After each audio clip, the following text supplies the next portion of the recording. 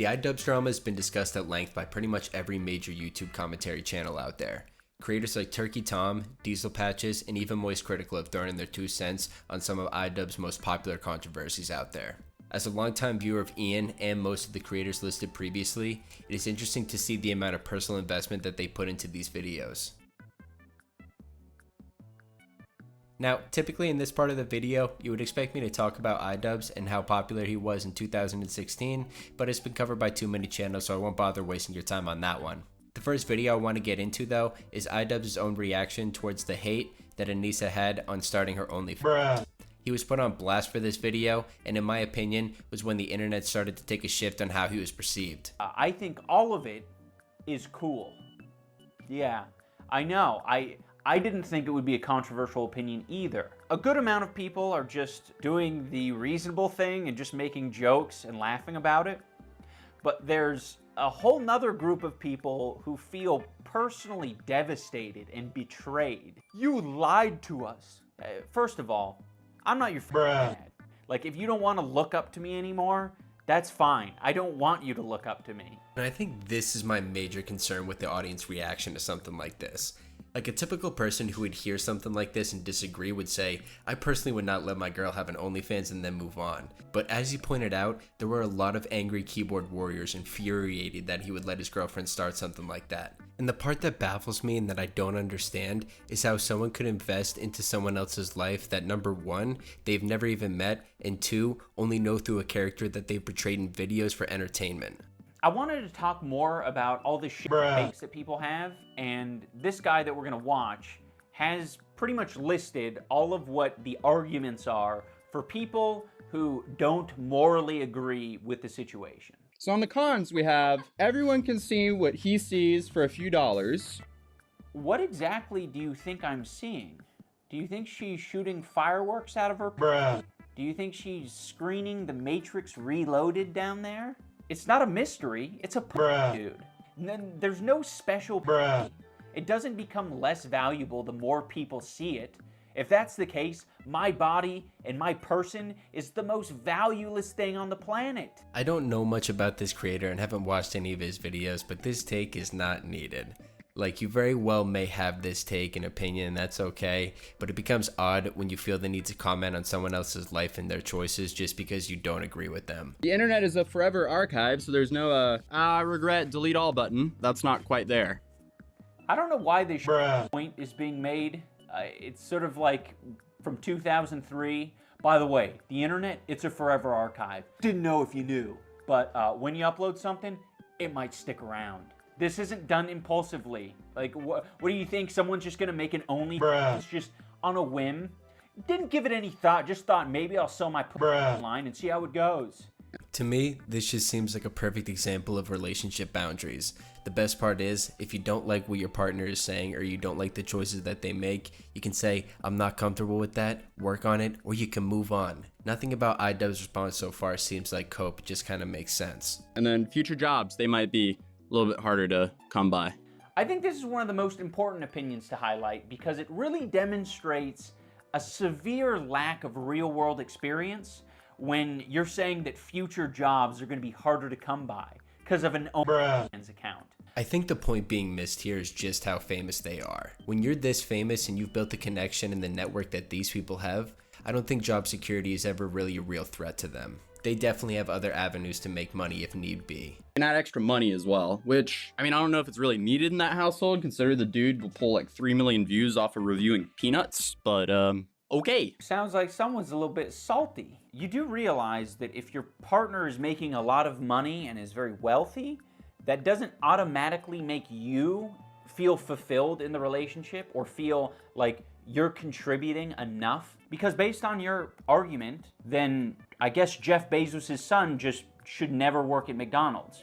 There's enough money in the family. I think there's enough money in that household. No reason Philip Bezos needs to go on OnlyFans.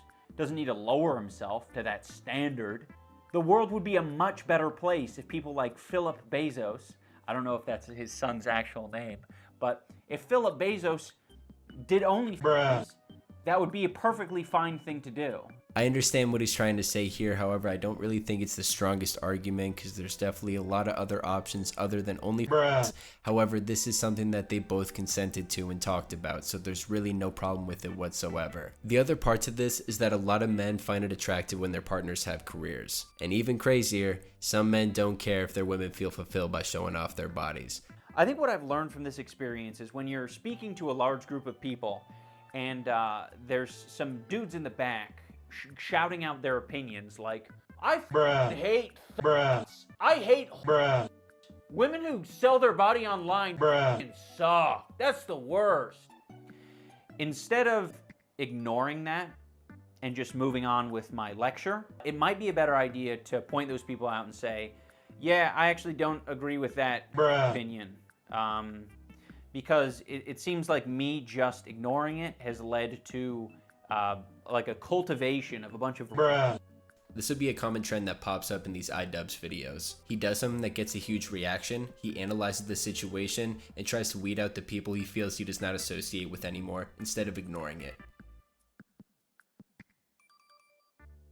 The next major controversy that I wanted to talk about today was the Sam Hyde saga that honestly continues to this day. For many, this was the first time being introduced to Sam. For example, if you check out Sam's channel Hyde Wars on Social Blade, you can see a clear indication as to when the majority of people were introduced to Sam on YouTube. I personally had only seen the documentary that Ian had released, but then afterwards I saw Sam had released his own version of the events titled The Truth About Idubbbz, where he showed behind the scenes shots of the events that took place. In all fairness, I love both videos. They were well put together and made me laugh on many occasions. With that being said though, the relationship between the two, as you well know, were rocky to say the least.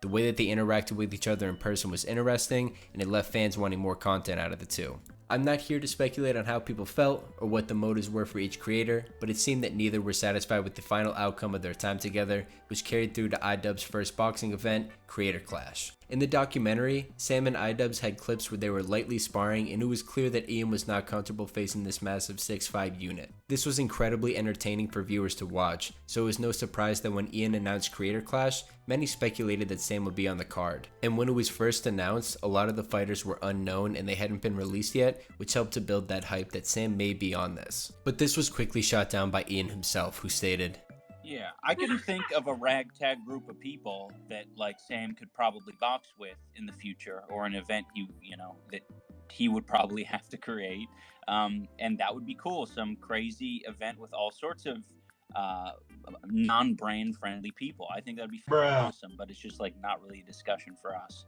Being that this is the internet after all, people were still upset and vocally so about Idubbbz refusing to let Sam on the card. This did not stop Sam from trying to be a part of Creator Clash. He trained with Harley from Epic Mealtime, who was fighting Aaron Hansen, aka Ego Raptor. This again made for some good content. And things were going good until it was released that Sam had purchased tickets to the event totaling around $10,000, to which Idubbbz responded by banning Sam from the event. Why, you may ask? It's perfectly summed up in this Reddit post right here. And what more is there to say? He made the safe and smart move by not letting someone who has messed with their projects in the past attend a huge charity event. At this point, there was a clear distaste for Idubbbz and Sam's growing community. More and more videos kept popping up criticizing Ian, mostly focusing on how he had changed for the worst. Sam was among these channels who loudly gave their opinion on Idubbbz and his motives for changing the direction of his channel. Clips such as, "Get rid of Yoko Ono," and during the shoot, he said, "I'm usually the puppet master in these types of situations," started to circulate, which helped to create a narrative around Idubbbz. For many of Ian's old fans, Sam had taken the torch, and by this time, Ian had nowhere near the amount of support that he had just years prior. Ironically enough, Sam would be involved in yet another controversy a year later during the build-up to Creator Clash 2.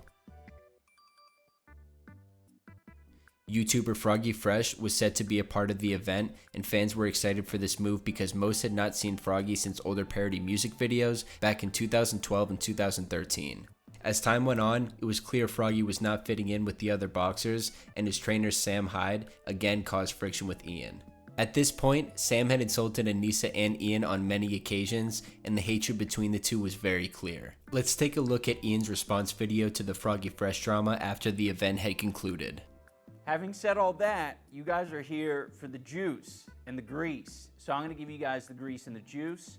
And that all has to do with Froggy Fresh. The reason I didn't address any of this sooner is because I was terrified of jeopardizing the success of the event, because there are a lot more people involved in this than just Anissa and I didn't want to fight for them. These are people that I really care about, and I felt like it would be very selfish if I was like, I understand public perception right now, guys. I'm just gonna make a quick 10-minute video and I'll squash all the rumors, I'll squash all the beef. Okay, I just want to pause it right here. I feel like Ian is one of the few public figures that would make this sort of call, especially with how much publicity the drama got. He could have easily capitalized on this trend and selfishly got some quick views. This just shows how invested he was in not only the event, but the other fighters as well. Because he knows why he was kicked from the card. The one indication I gave him was Sam Hyde, and I wasn't unclear about that. Anyone who's mentioning the fact that Harley trained with Sam Hyde for the year previous, that was before Sam was saying this about my wife. I don't think so, Anissa. Anissa, what an ugly piece of shit. But look how beat she is. Oh, nice jack-o'-lantern teeth. That's like I can't wait to see what she looks like when she's 32. Her teeth look like a pumpkin head. Like, it's the Anissa Joma hole stretcher. I'm sending this to Anissa's only. It goes directly into charity. Yeah. Everybody hates him and his wife's a. So yeah, now that this guy is on the daily insulting my wife, I think it's pretty fair to, not want to associate with him in any way. It seems pretty fair. Personal biases aside, it seems pretty reasonable to not want to associate with someone who's saying those sort of things about your wife. Not only that, but with Sam being banned from the previous year, it is pretty obvious that there may be an issue with working with Sam. For anyone who's under the impression that Froggy has been reasonable and chill and respectful through this whole process, he hasn't been. He's been a piece of shit. I'm not happy with how he's behaved. He's talked mad shit about me. Ian doesn't want people who are bigger and more talented than him upstaging him. That's what it is. Anissa. Ian's masculinity has been completely removed via Anissa. Participants of the event. This is really a lot of weird, tender, soft people. Creator Clash people are real, these type of people. You know what I mean? The event itself. This is really like the patty cake league for social media boxing. He doesn't like the culture of Creator Clash, and he mentioned that.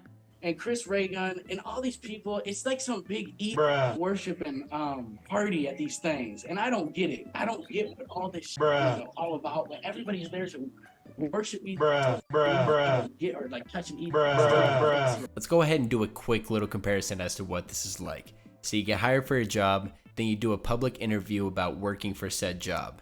You dookie on the whole operation and then get upset when you get sent to HR. Or you're saying your team is dog water and wonder why you're getting benched. It feels like it's just kind of expected. To be honest, I thought it was quite the gift to you that we'd kick you off the card. You have no more obligations, and you can immediately just pivot into boxing for misfits. It's like, that's the culture that you want. You want the non-sissy, you want the macho dude traditional boxing culture, so go over there and box for them. You don't even have to miss that many months of training. You've been training. So hop on one of those cards. But unfortunately, Froggy doesn't want to hop on one of those cards because he thinks the skill level is too high. Personally, in my opinion, I think the talent at Misfits and Happy Punch is in a different league that is out of my league.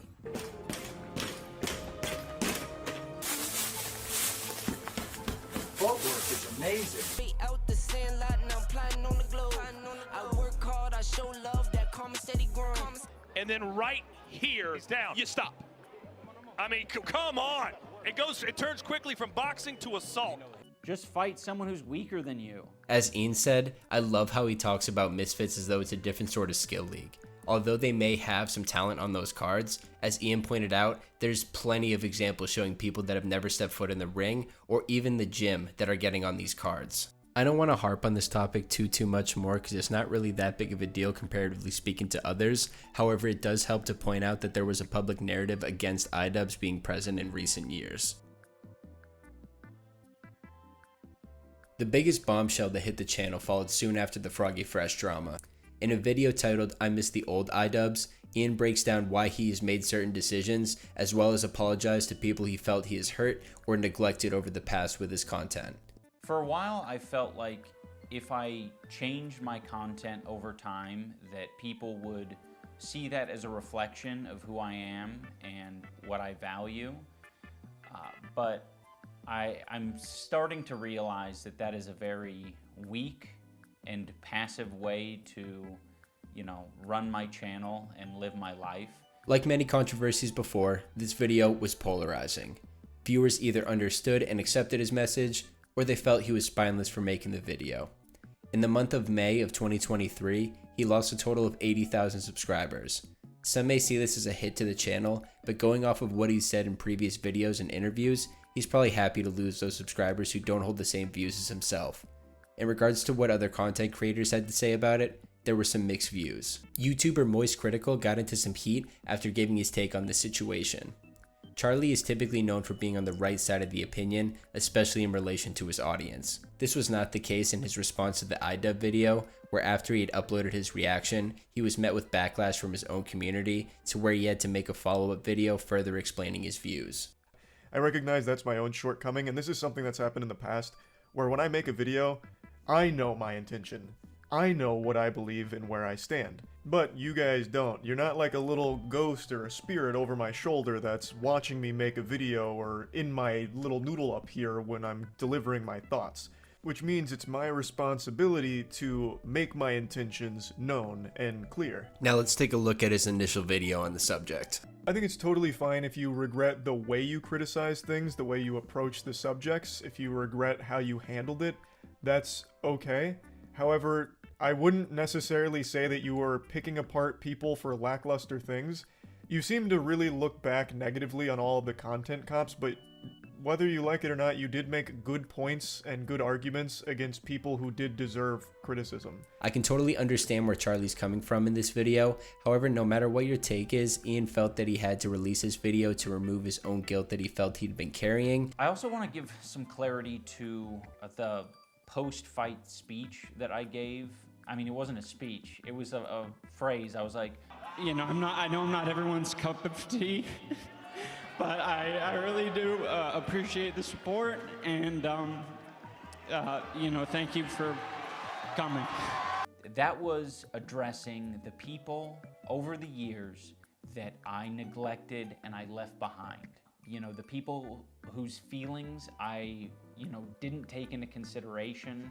Those are the people who I was addressing as, I know I'm not everyone's cup of tea. As much as I agree or disagree with Charlie's take, Idubbbz seemed to have made the perfect move for what he was looking to do. He wanted to make a public message apologizing to the ones he felt he had wronged and to state where he sees the direction of his channel going. By doing this, he once again spoke directly to the viewers he did not want around, and they left. Anyone who thinks that I should be shouting the N-word from the rooftops, I don't want to be your cup of tea. All in all, I think that the hate surrounding Idubbbz is intentional. Not in a Tekashi 6ix9ine kind of way, but more of a, we're on a baby hunt, and don't think we don't know how to weed them out. He just wants to make sure his audience is changing with him. If you make an effort to change your brand because you're ashamed of your past, it makes sense you would want to distance yourself from the ones who hold those past views. The ones who still love Idubbbz have stuck around and wait for the next upload, whether it be a Thanos Pimple Popper video or a Save the Squirrels initiative. I doubt this is the last controversy he'll be a part of, but when the next one comes, we can expect him to trim the fat and move on like he always has. This has been Slink. I hope you have a wonderful day. Take care.